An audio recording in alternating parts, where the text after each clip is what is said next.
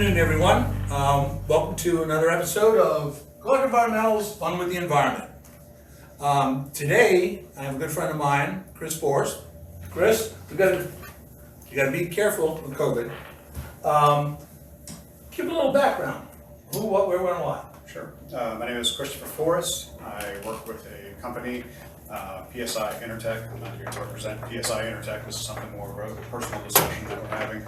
I have a background in contamination. I'm a contamination consultant, and I work with doing compliance, removal of contaminated soils, treating groundwater, things of that sort. That's, of course, how we met.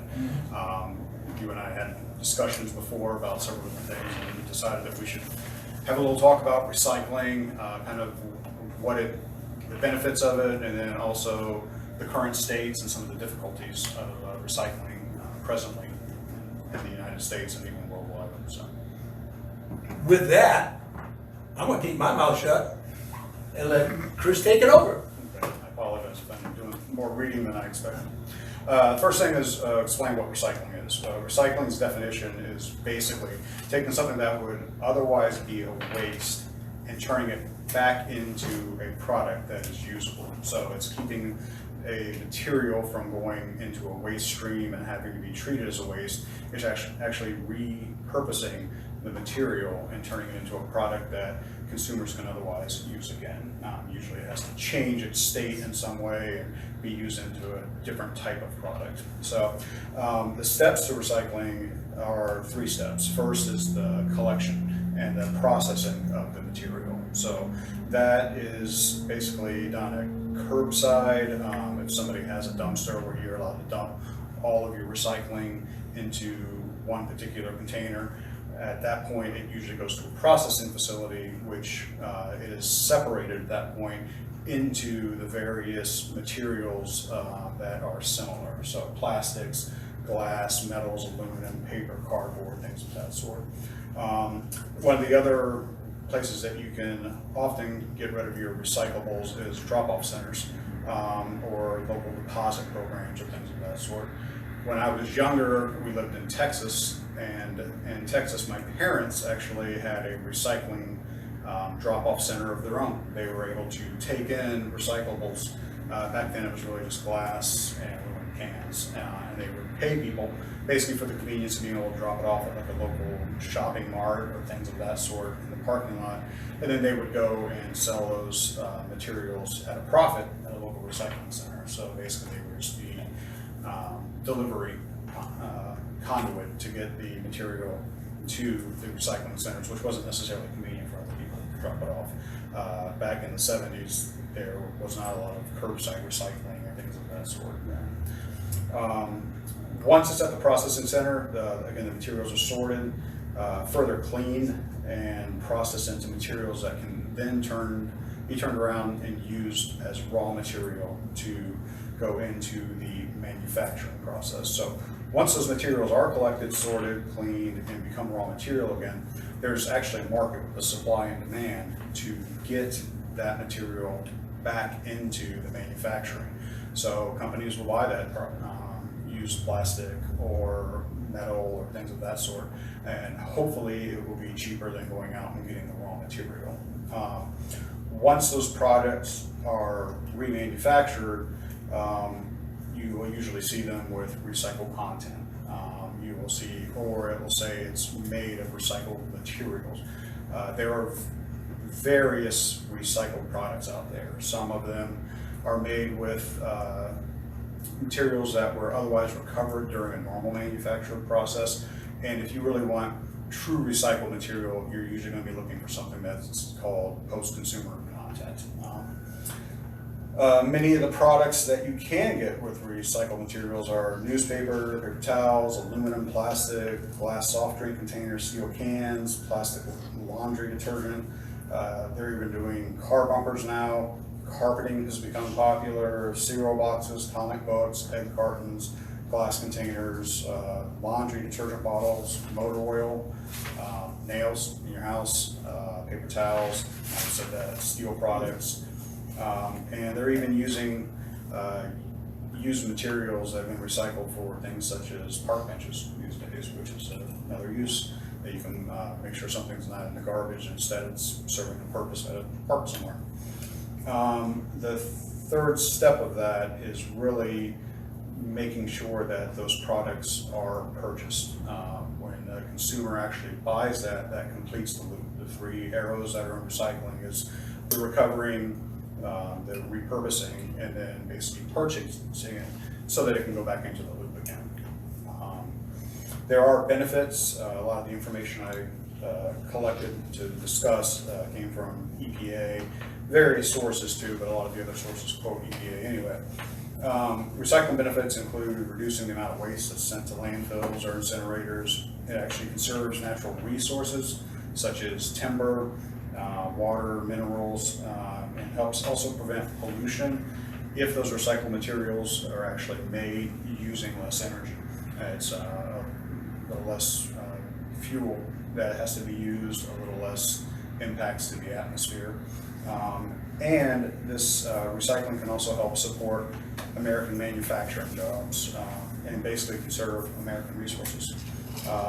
With the trend of trying to recycle more, this also helps create jobs in the recycling and manufacturing. It's kind of a growing industry, and I would say it's still an industry that could use more growth at the time, but it really is something that we could see additional growth in the future of learning how to come up with a new way to bring that material back to the market. EPA released some findings on the economic benefits of recycling. As you and I have previously discussed, some of the numbers that I have, it's like science. Something happens, they record it, they do a study and talk about it. Obviously, those numbers are always changing. As we'll talk about later, there have been big changes in recycling with the process, the fact that a lot of stuff used to go to China and doesn't. So some of the numbers, if they've changed recently, I apologize, but this was kind of what was available. A lot of the numbers that I collected seem to come from studies that were done in the mid-teens, like the 2013, 2014, 15, 17, 18, things of that sort. That's when the actual raw data was available to come up with these numbers. But EPA estimated there's approximately 757,000 jobs related to recycling, about $37 billion. That creates $37 billion in wages, which in turn creates about $6.7 billion in tax revenue as well. This equates to about 1.57 jobs, or $76,000 in wages and $14,000 in tax revenue for every 1,000 tons of material that was recycled. Recycling is pretty important in the United States because just with our lifestyle, we are a consuming nation. We actually represent about 4% of the world's population, but we generate about 12% of the municipal waste. That's higher than most countries. A lot of developed countries, obviously, produce more waste, but by comparison, China and India, which are very large countries population-wise, together they make up about a third of the world, and they put out about a third of the municipal waste. Again, these are the numbers that were available at the time. EPA's data also shows, as I mentioned, that recycling would conserve energy and resources. So some of the numbers that were available is a ton of office paper can save about the equivalent of consuming 322 gallons of gasoline if it's recycled. A ton of aluminum cans conserves about, let's say, 1,000 gallons of gasoline, or about 21 barrels of oil. And 10 plastic bottles. Plastic happens to be one of the most recycled materials right now, and we can talk about some of the difficulties of that, but it is prevalent in our waste streams, and as such, it is one of the more recycled materials. Glass, paper, and aluminum are some of the better recyclable materials, in the sense that by recycling them, you generate less waste, and you see more of the benefits that I was talking about. Whereas plastic and I believe glass, actually you don't quite see as many benefits on like per ton as far as the savings, but it's still, the idea is it's still not going to a landfill. But 10 plastic bottles of recycled material saves enough to power a laptop for more than 25 hours. Again, hopefully laptops are more efficient now, so maybe that's even going up. The point of recycling is when materials are recycled, if they're not recycled, they either have to be buried or they have to be incinerated. You know, no matter what, there's a waste, and something has to be done with that. If you landfill it, there are some problems. Landfills today are much better than they were. You hear all the horror stories in the 70s and places. You know, there are several sites where people are dealing with landfills now. They're much better than that, but the idea is still you have to put it in the ground somewhere, and that's just something that you might have to deal with in the future. Incineration is actually, there's a lot of waste to energy programs, which are really good. I know a great company that does great work with incineration in Clark Environment. Oh, And with that, there's also some issues with making sure that those areas are done well. You know, that they through incineration, you're still gonna have a byproduct that you're gonna put in the landfill. correct. The And ash. so you still have something at the end that didn't go back into the system, basically to be reused. Let's see, one of the things that I would say is, again, I'm a consumer, there are things that I know don't necessarily need to be recycled and brought back. You do have to put something in a landfill, but that is always taking up space. You know? And I think I've mentioned before, one of the things is there is the NIMBYs, the prospect that most people don't want that next to them. It's the not in my backyard, you know. So eventually, even if there's space available, you either have to start transporting them farther away, or you get to the point where somebody doesn't necessarily want to buy them. So even when you have to do that, it's probably a good practice to try and reduce the amount that you have to do that. Most of the time, the decision to recycle or burn or landfill has to do with money. And as I As said, we talked about before. and that there is a supply and demand market, and because of some of the recent changes, recycling has become more expensive at this time. I mentioned before, China used to take in recycling. They had a burgeoning economy that needed a lot of material. And I guess the idea was that they would take everything and be able to process it and use that material. They were taking in about a half of the world's material to be recycled. Part of this was, again, to support their manufacturing. That equated to about 40 to 50%, so just under a half of the United States' recycled materials were actually going there. And about a third of Europe's was also going there. So it was a lot of material going into China. It basically became the one-stop shop for the world to get rid of the material. You put it in a container, it gets shipped off, and it was supposed to be sorted and handled. So I have an example, again, these are 2016 numbers, but the USA exported 16 million tons of plastic, paper, and metals to China. However, there became issues. About a third of that, 16 million tons, never ended up recycled. And that was because of what was called contamination or incorrect materials. Again, the idea of putting materials in and they were commingled and then would go somewhere else. A lot of times once it showed up, that's when problems were noticed. China suddenly found itself with material that could not be recycled. So the idea of bringing in this material to make it raw material and reusable wasn't working as well for them. So it fell upon them to suddenly have to start landfilling it the same way that it would have been done over here. Because of the mismanagement of that and the sudden demand, there were some issues where a lot of that was not disposed of properly. So because of mismanagement of waste, there was about 1 million tons of unrecycled plastic ended up off of China's coast through various reasons. Through not properly landfilling. Same thing, people would say, we're going to take care of this way, and the material would just go somewhere else, and it didn't necessarily get treated or landfill properly. So in 2018, China came up with a national sort policy, which said basically, in summary, they stopped taking in the material. What they did was they set a contamination standard so high, I think it was 0.5%, and that most people couldn't meet that. It takes a lot of effort to keep your recycling at a contamination level of only 5%. There were also some political pressures in China. There was a video that went out internally where a young girl was seen sorting through recycling. Basically, that was her job.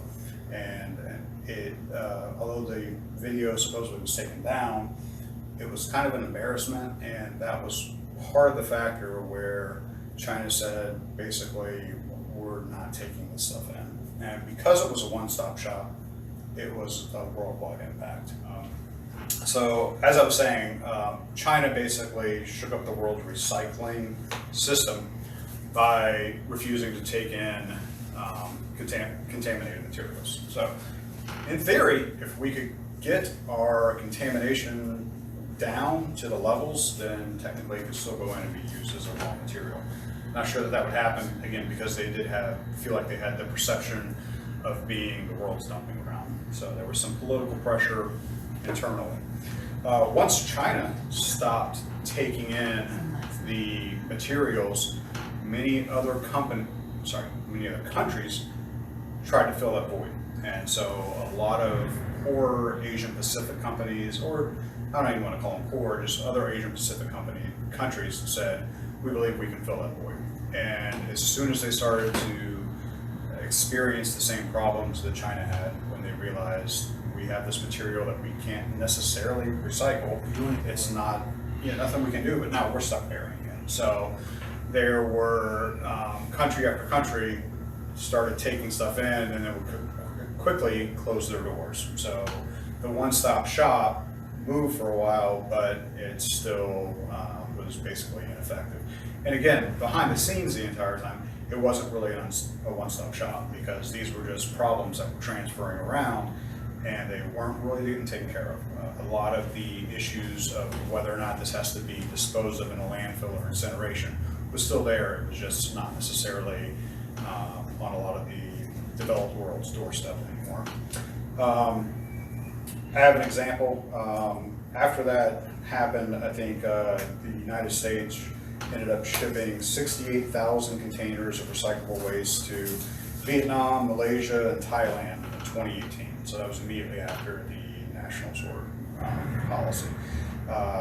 And then after that, those shut down, so they ended up diverting waste to Cambodia, Bangladesh, Ghana, Laos, Ethiopia, Kenya, and Senegal. It is estimated during that time about 60 to 70% of what was supposed to be recycled plastic may have been discarded instead. It became such an issue with some of these countries that one of the anecdotal things that I came across was the Philippines, who had taken a large shipment from Canada. Once they found out it was contaminated, said, you need to take your waste back, and actually threatened to go to war with Canada if they didn't take it. It was said later on, they explained it was said in jest, but it was taken that seriously at the time that many of these countries didn't know what they were getting into. You kind of have to have an infrastructure to handle this. You can't just take it and not know the waste that's coming in and what you're going to do with it. And it does need to be, again, the whole point of it is to make it a material that can be reused. You're familiar with contamination, I'm familiar with contamination, and when something's contaminated, sometimes it takes a lot of work to make it uncontaminated. It's the ounce of prevention is worth a pound of cure. Once you have a soup of something, it's hard to unmake soup. At that particular point, if you have something that you can't do anything with it, it's just back to being a waste, and nobody just wants to take everybody else's waste. So, one of the reasons that recycling is hard is in that particular methodology, it relies on cheap labor. You basically have to have cheap labor to do the sorting at the end. And once it can't be sorted, then you run into lax environmental laws of what to do with it. And populations of countries don't necessarily want to know that they're taking in all of this problem, and they don't know that it's necessarily going to be disposed of properly. And then when it's not disposed of properly, again, it can end up in the seas. You know, we have the Great Pacific garbage patch that's floating out there. It can come from all over the world, many different sources, but the fact is when you have a waste that's not being reused and not being disposed of properly, it's going to end up somewhere where everybody has to deal with it, or it could end up somewhere. So now recycling has become much more expensive because it's kind of back on our doorstep, because we don't have the one-stop shop of sending it away. And because that was the method, there was never really an infrastructure set up otherwise. So there was a boom in recycling for a while where we were doing very well. You know, worldwide, a lot of people were pro-recycling. This is easy. Let's go ahead and get rid of the materials. And you thought it was going to a good use. I'm not saying some of it was not, but once that infrastructure or lack of infrastructure collapsed and you didn't have the one-stop shop, then a lot of cities, towns, municipalities ended up having to figure out what to do. They already instituted recycling programs, they collect the material, but didn't necessarily have anywhere to send it. On a side note, I think it's important to point out that recycling relies on the fact that the material that you're sending out can be reused. You know, there are a lot of materials that are marked that they can be recycled, but they're very difficult to recycle. There are a lot of collection for grocery bags and things of that sort, which don't necessarily have a way to be made back into something new. So it's very important, again, to remember the collection, the repurposing, and the purchase of that to keep that recycle triangle going. An example of the expense was one town in Connecticut used to make about $95,000. They made $95,000 in 2017 actually selling as recycling to be raw material. 2018, after the shutdown and all the difficulties, they then had to pay $700,000 to have them removed. I have other examples, like a town in California used to earn $65 for every ton of recycling. That was money coming into the town. They now not only don't get that money, but they pay $25 a ton for the removal. Another town that sells recyclables now is stuck charging $125 a ton to take in recyclables, or $68 a ton to incinerate it. So This is all money that they were getting in as an income. correct. And Now they're gonna they're pay having for to it. pay. Again, that one change has made recycling difficult because there's not really the infrastructure.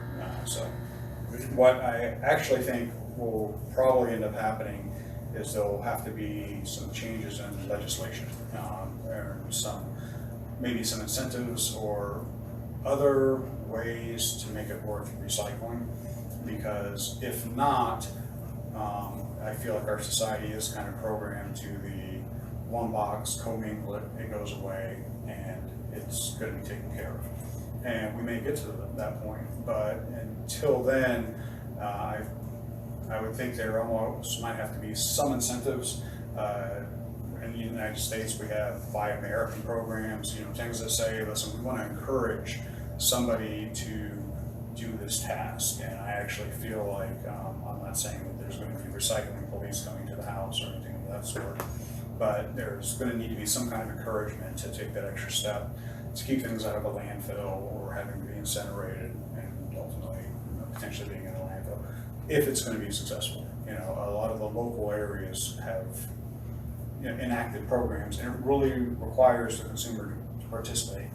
So let me ask, I'm looking at either one or two locations where this recycling can be happening. Mm-hmm. Number one, with the consumer or the people that are putting it out there, they're gonna have to learn to recycle and recycle different, this goes here, this goes here, this goes, and society, they're gonna do whatever's fastest, quickest, etc. Which is what we're used to. So then the second part is put everything into one trash can, goes out, and it's sorted at a location, which it just drives up the cost. And I think we'll see some innovation, and I think there is going to be some reliance on the production facility before they're separated. And there's going to be mistakes. You know, you could be the most perfect recycler in the world, and I come in afterwards and throw my ham sandwich in there thinking it's a trash can. So obviously, you don't want a bag of recycling just get tossed because of that. So it is going to rely on the processing facilities to be able to do some of the separation. And furthermore, even if you have different glasses or paper string versus plastic, as you and I know, there are many different recycling plastics that are available.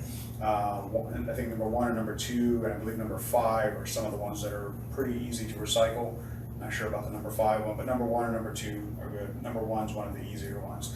There are actually some other ones that are mixed in there that, again, some of the stuff that I came across was there were actually lawsuits put on companies, or people tried to raise lawsuits on companies for marking things as recyclable, which there's really no way to recycle it. You know, you can say it's recyclable, but if there's one facility across the country that can do it, it's not really recyclable at that point, and it was starting to give kind of a false sense. And so somebody trying to do the right thing and buying a recyclable material is under the impression that, hey, this is going right back into the waste stream. So it does take a little education, you know, as a consumer, to know what you're purchasing. I mentioned legislation before, and I do know that for things to work out, a lot of times there is a need for compliance. You know, that's my background. That's your background, compliance. My background is coming along and finding out, you know, in the state of Florida, we do a really good job of protecting groundwater. So I got my start in doing inspections of gas stations and trying to make sure that they were complying with Florida's relatively stringent laws to make sure that the petroleum was staying in the system and not getting out into the groundwater. And I will say, compliance is only as good as its enforcement. You know, I had several clients that I would try and propose changes or tell them they need to fix this, and if they didn't see a reason to do it, a financial reason, it was hard to get them to do the right thing. And so again, I'm not a proponent to legislate morality or behavior necessarily, but I do know that incentives and then following up with some compliance is usually how things change, basically. So if you got 4 companies competing against each other, if anyone can get an advantage over the other, they're going to do it in order to be it. And if I don't have to spend the extra time, the money, and the effort to break stuff down, and I've got that an advantage over someone else, I'm going to be the winner. Which is the reason I'm a big fan of compliance, is to make sure it's a fair game, basically. Making sure that if I've asked you to do something and you're complying and you're doing everything you should, the next person shouldn't be more successful because they're ignoring that. So, right now, most of the time the girls will tell you out there, and you know me, I chatter all the time. I'm a talker. I'm dumbfounded. I mean, this is surprising and all that. From what we've got here and all that, I've written down some questions, if you don't mind. Because I'm sitting here going, wow. I'm gonna hit you with the big one first. Is recycling truly beneficial for the environment? Yes, as I previously stated, EPA basically lists, and so do several studies, many of the benefits of recycling. It saves in the fuel that it costs to actually create new products, to actually go out and harvest and mine new materials. I think I've already quoted some of these, but a ton of office paper is equivalent to saving 322 gallons of gasoline. And again, we're comparing entire processes here. Recycling a ton of aluminum conserves more than 1,000 gallons of gasoline and 21 barrels of oil. Again, plastic bottles, 10 of them can save enough energy, just the energy itself. We're not talking about the waste that goes with it, but that in itself can save enough energy that could power a laptop for 25 hours. So, let me ask another one. You mentioned it earlier. We're talking about composting. Is it really beneficial for the environment? And if so, What's the best way and how to do it? Well, composting is when you're actually using organic material. Well, again, a lot of our particular waste would be related to food. When I was in San Francisco, some of the material was actually made in ways that could, you could actually compost it, some of the containers and things of that sort. So again, it's just an organic material as opposed to a glass, a plastic, or thing of that sort. That material can turn around and be used to help plants grow. It can basically almost recycle itself back into the system because it's a natural product.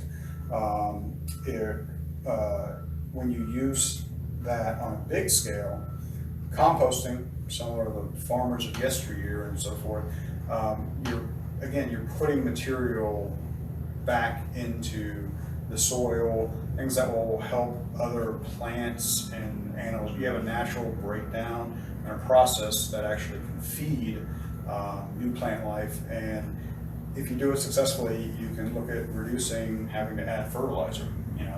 Fertilizer is one of the reasons we can feed so many people these days, but also the overuse of fertilizer can be a reason that we see a lot of impacts to waterways. And the KOE system that we have, one of the reasons the Everglades has such an issue is basically we built a canal in the state of Florida and then farmed around it, and runoff went right into the canal, and then because it didn't meander anyway, it went straight down into a natural system that was not able to handle those chemicals. And so again, ounce of prevention, pound of cure. If you take something out of the waste stream and you can actually try and use it as a benefit, whether it's a raw material or put it back into the natural process, typically you're going to see better results. Coming from an environmental background, a lot of the materials that I've always dealt with, etc., a lot of times are hazardous waste. Yes. Okay, so let's say I'm a consumer and I've got some hazardous materials. I've been told they're hazardous materials. What are household hazardous waste and how can I recycle them? Well, I'll refer to my notes on this one too, as we were discussing. So hazardous waste are something that is hazardous, and it can catch fire, react, or explode, become corrosive, toxic. So it depends on your local solid waste agency recycling facility. If you have herbicides, pesticides, paints, solvents, oil filters, light bulbs, batteries, aerosol cans, none of that should go into, you're not going to be able to recycle that, but if you put that into a waste stream, that is something that, again, is going to be sitting underground that could later be something that we're going to have to deal with. So what you want to do is check and see where those specific items can be disposed of in your community. You live in Tampa, I live over near Orlando now. There are going to be different ways to get rid of that. Sometimes local municipalities will have a day where you can bring anything in. A lot of companies will also, I believe you said Clark Meyer Environmental works with companies to take certain types of oil-based paints and make sure that those are processed. But the idea is you want to make sure those particular wastes, which are hazardous, don't get mingled in with other municipal wastes that are not hazardous. If you're a consumer, you don't know what's good, what's bad, what's hazardous, what's not hazardous. Correct. You got a problem. Take it to somebody, call your local municipality and say, hey, I've got XYZ, I've got Drano, I've got this. What do I do with it? Like you said, they'll have days where you can bring that material in. If you're an occupant of that city, county, or whatever, bring it in, and they have people there that can probably get rid of it for you. They'll have local pickups as well too. Sometimes they'll set places up so that you don't have to go all the way to their particular facility. Another thing you can do with electronics is you can always check at the store where you purchase electronics, or where you have your somebody works on your electronics. If it's a computer repair facility or things of that sort. Again, there are a lot of different heavy metals and different materials in electronics that don't need to just be treated as a waste. So we recently had a television go out, and I went to one of the big box retailers, and surprisingly I had to pay to dispose of the television. But I was fine doing it. You know, I had heard that you could take it to places and it was free, and they said, no, things have changed, and it was a $25 fee, but That's nothing. you know, I'm happy to spend $25 to know that that's not $1,000, part of $1,000, you know, my TV became $1,000 out of $1 million cleanup that somebody had to do because there were some metals or other things that are now in somebody's groundwater. Reducing waste, I'm looking at the individual and the person. What can, say, I do, or the consumer out there, what can he do as an individual to help out, start something, do something? Well, you can do community projects. There on Earth Day, that's kind of the day that everybody kind of decides to go out and do something specifically for the planet. That is kind of a big event to everybody, but it doesn't have to just be on Earth Day because we generate waste throughout the year. You can do things that also even generate money, like organizing recycling drives at a school, something that's going to collect waste and then the money from that. Again, aluminum and certain items, actually the raw material does pay well. You know, copper, certain metals, those are ones that you'll see more. But if you do a community drive, it kind of becomes an event, and it actually has a side benefit of you can use that money for schools or local groups, charities. Like your folks used to do. Correct. They used to collect, take on the glass and stuff like that. They did it for a profit, though. that was their hustle at the time, basically, was to make some money because we had a large truck, and my parents tried to be entrepreneurs, and that was one of the ways they tried. But again, markets changed, and it basically wasn't as profitable for them. But yeah, the local effort is something that is very important. Like I said, it comes down to the consumer. And it's one of those things where, you know, we can talk all day about this, of what people need to do, but it's the little steps. It's the, you know what, let me rinse this off, let me look at this one extra time. Hey, look, this, you know, if you actually see that collection go to a processing center and then money's made and you see it there, it's kind of a good feeling. So I think the local community efforts, it's encouraging to everybody who's involved with it. Well, throw a little sidelight out there, April 22nd. Yes. Earth Day. April 22nd is Earth Day. Any of the schools out there, you want to get some extra money for crayons, paper, whatever, etc. April 22nd, put together a little, we're going to do a collection. We're going to take in this, we're going to take in that, and they can raise money for the school for what they need. If you want to wait, you can do all kinds of edits to this and actually send it out on April 22nd. Maybe by then you can make me look good. And we can make money. Yeah. We can make money. One of the other things is if your community center, as you mentioned, doesn't have this, again, I mentioned, you and I have already discussed, a lot of it has to do with what's available to the consumer. You know, the easiest thing to do is put it in a box, let it go away, and hopefully it's handled correctly. Some facilities or some areas don't have that available. Right. You know? And so community setting that up, it also encourages people to do the practice. They have somewhere to take that material because it's otherwise not afforded to them, that they can get rid of it, even if they want to do something.